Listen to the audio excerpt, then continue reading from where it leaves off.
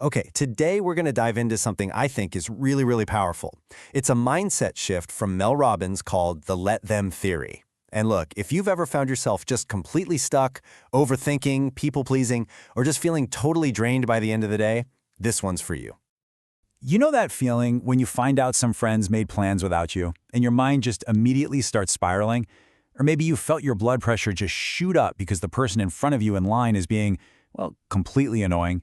If any of that sounds familiar, you are definitely not alone. And that feeling, that drained, anxious feeling, is exactly what we're going to tackle today.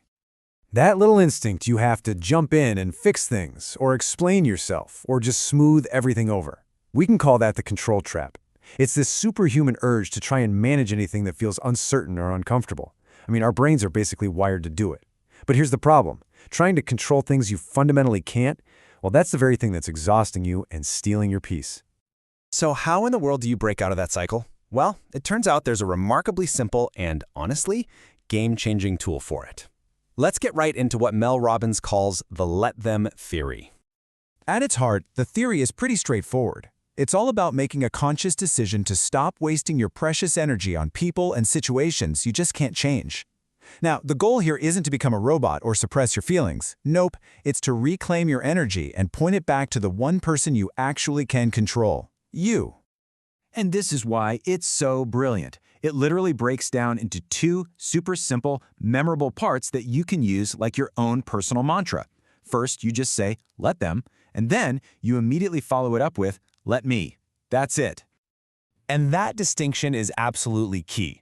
Let them is the part where you just release. You let go. Let them ignore your text message. Let them have their opinion. Let them be who they are. But the real magic, the part that changes everything, happens with that second step. Let me is where you take your power back. It's all about empowerment, about taking ownership of what you're going to do next. Okay, so that's the theory. Sounds good, right? But how does this actually work in the messy, complicated real world? Let's break it down in three key areas of life where, let's be honest, we all tend to get stuck. First up, the big one, the fear of what other people think. Gosh, that constant worry about being judged can be absolutely paralyzing, can't it? It can stop us dead in our tracks from doing the things we truly want to do in life. So, this is the mantra for that fear. Let them judge, let me live true to myself. You know, Mel Robbins herself talks about how she was terrified to post about her work online for years because she was so afraid of what old friends from high school might think. That fear of their judgment was literally stronger than her own ambition. So here's the crucial takeaway. The goal is not to stop people from judging you. I mean, good luck with that, right? That's impossible. The real goal is to stop letting their judgment stop you. Because when you act in a way that makes you proud, their opinions just start to fade into the background. And your own self-respect, it grows so much stronger. All right, let's talk about relationships. This is where applying this theory can feel the most difficult. Because, it involves the people we care about the most. I think a lot of us have experienced what Mel Robbins calls the great scattering. You know, that phase of life when your adult friendships just kind of naturally start to drift apart. And yeah, it hurts. But trying to force things to hold on too tight only makes it worse. So the mantra is, let them drift. And what can you do? Let me hold steady. Let me focus on creating new connections. Let me be the one who starts the book club or that weekly walk. And what about when you desperately want a loved one to change, for their own good? We've all been there.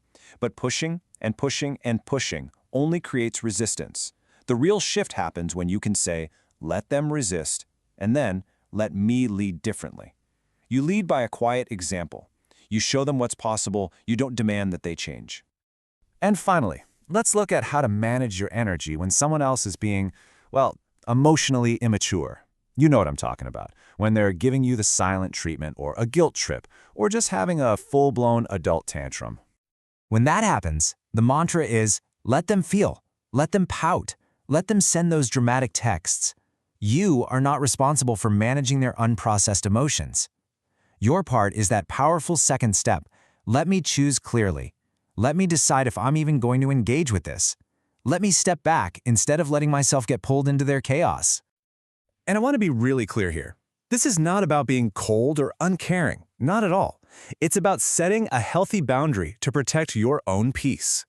You are literally stepping out of a dynamic where their feelings get to dictate your actions and your entire emotional state. Now, it is so important that we address the #1 misunderstanding of this theory, because a lot of people hear "let them" and they immediately think it means being passive or just giving up on people or situations. But it is the exact opposite. This is not about becoming a doormat. It's about being strategic. It's about choosing your battles and redirecting your energy away from these fights you can't win, like trying to control another person, and pouring it into the one place you have total power, your own choices and your own actions. The real power, the part that truly fuels the transformation, is always in that second step. Let me is the active, empowering part. It's you deciding what you are going to do next with all of that amazing energy you just reclaimed. Okay, so we've covered the what and the how. Now let's talk about putting this into practice today, right now. How do we make this real for you and your life? Ultimately, the real transformation here is a fundamental shift in your focus. You're moving away from this reactive state of trying to manage everyone and everything around you, and you're stepping into a proactive state of leading yourself with intention and with purpose. If you remember just one single thing from our chat today, please let it be this. This is the core mantra that just sums it all up. Let them choose their path. Let me walk mine. So I want to leave you with a question. I want you to just think about your day so far. What is one small thing? Maybe it's a person's opinion of you, a situation at work, a text you're still waiting for. What is one small thing you are trying to control right now? Once you have that thing in your mind, just try it. Apply the theory. Say to yourself, let them. And then take a deep breath and decide what you will do. Let me focus on my work. Let me go for a walk. Let me be proud of myself. That small shift right there, that is your first step to freedom.